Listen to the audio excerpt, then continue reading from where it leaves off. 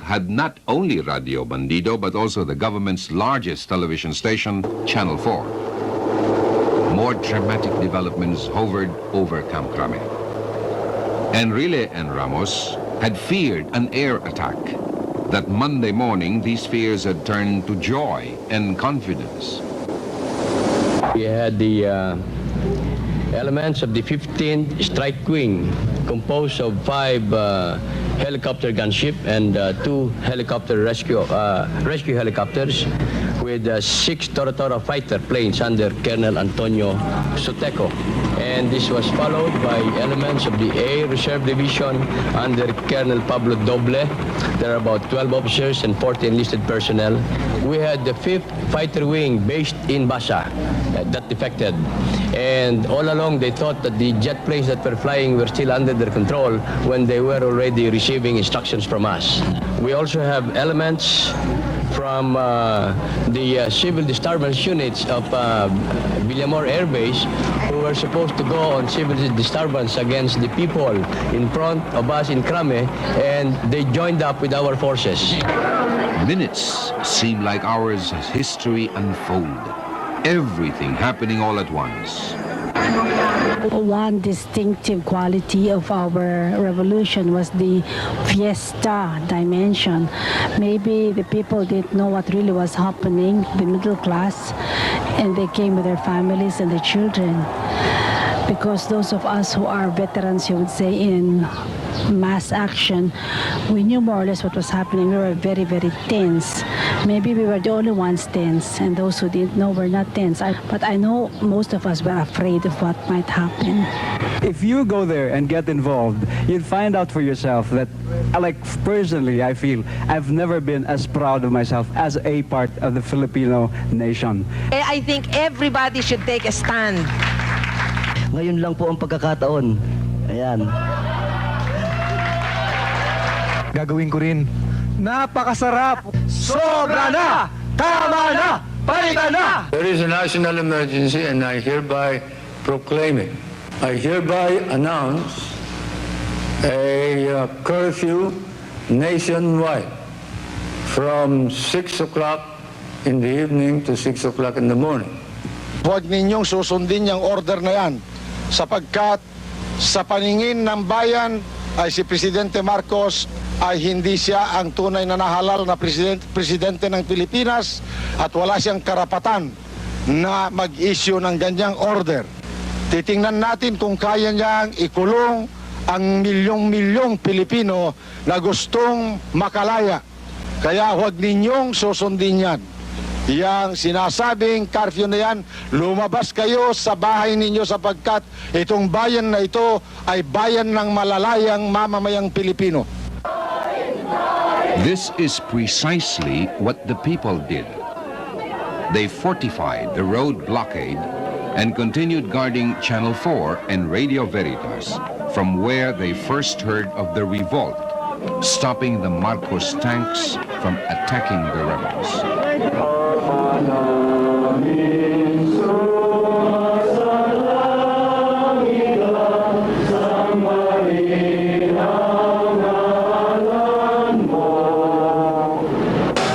There were a few violent incidents that Monday night.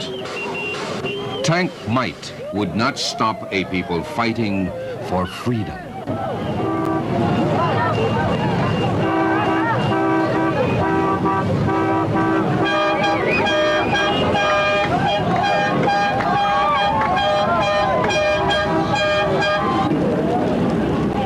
In reclaiming the streets of Manila, they also reclaimed a sovereign will silenced and thwarted by 20 years of dictatorship.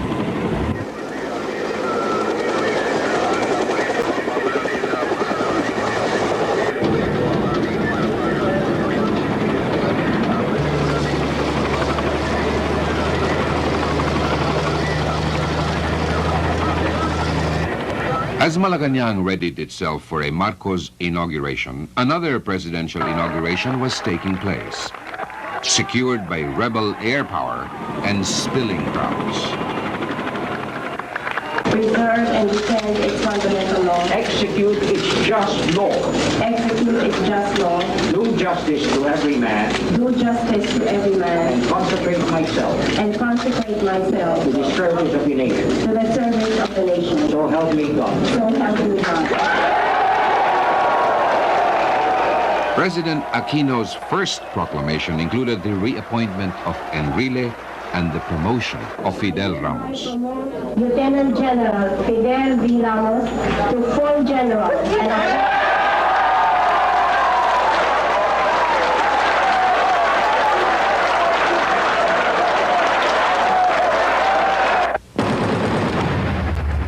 Simultaneously, rebel soldiers effected a mission order for the seizure of Channel 9, the carrying station of two other channels.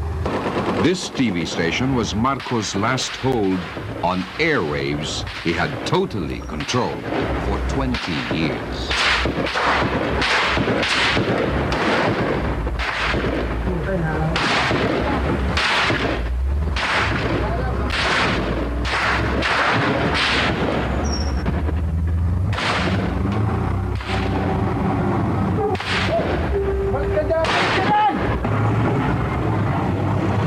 Marcos and Ver's forces swarmed the city, even as a rebel plane had already strafed the palace as a warning.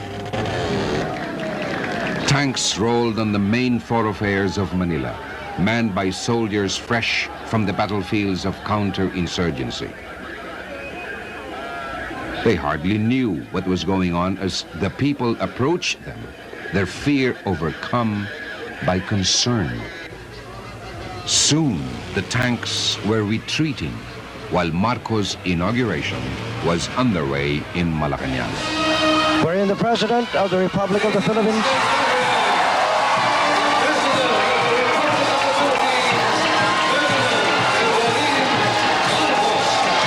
President Edwin Marcos will take this off.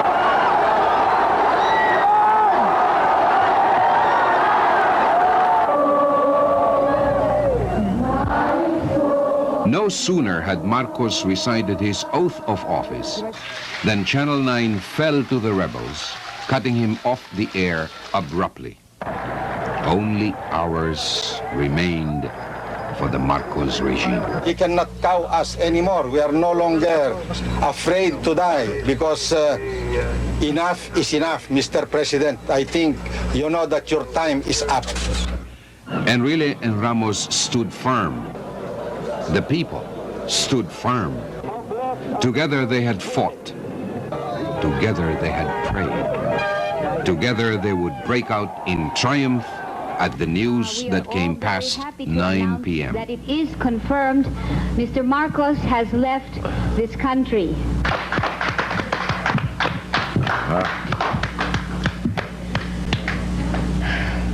I guess it seems like we waited for this forever. And it certainly took a long time coming. And there have been so many heroes, yes. And we've said this over and over again all these days. Euphoria was upon the people as throngs poured out into the streets leading to the palace, while those who stayed indoors toasted the dictator's downfall.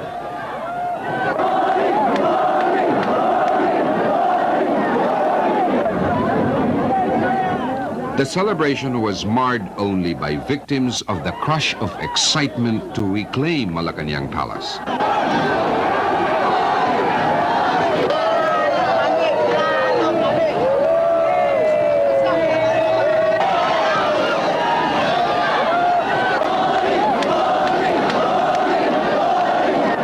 And to stop Marcos' holdouts from destroying documents. Assure our land to the new president by not touching the palace.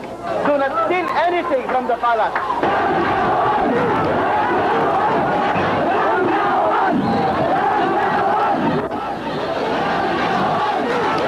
The long nightmare of hatred had finally come to an end. Many believed that divine intervention through people power made it possible for the emblems of hope to wave again where fear and violence had reigned. one shining moment for Filipinos, a spark of peace for the world.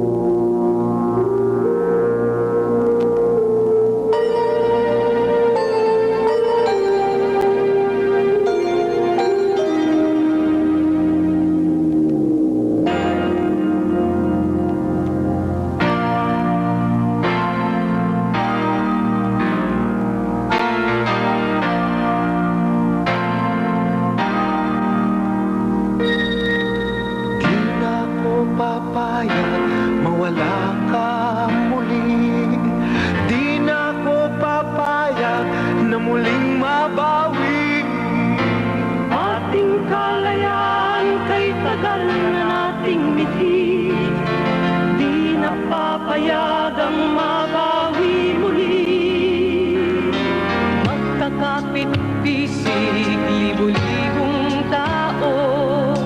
Kay sarap pala maging Pilipino.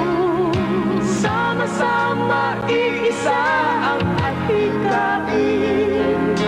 Kailanman di na paalitin. Ang Pilipino sa mundo, mapayapa para ang pagbabago. Katotohanan, kalayaan, katarungan ay kayang makamit na walang lahat. Basta't magkaisa tayong lahat.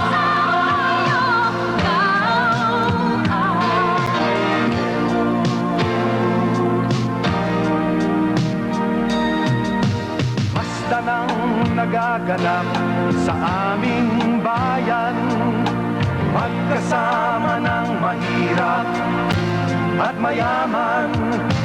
Kapit-bisig, madre, pari at sundalo.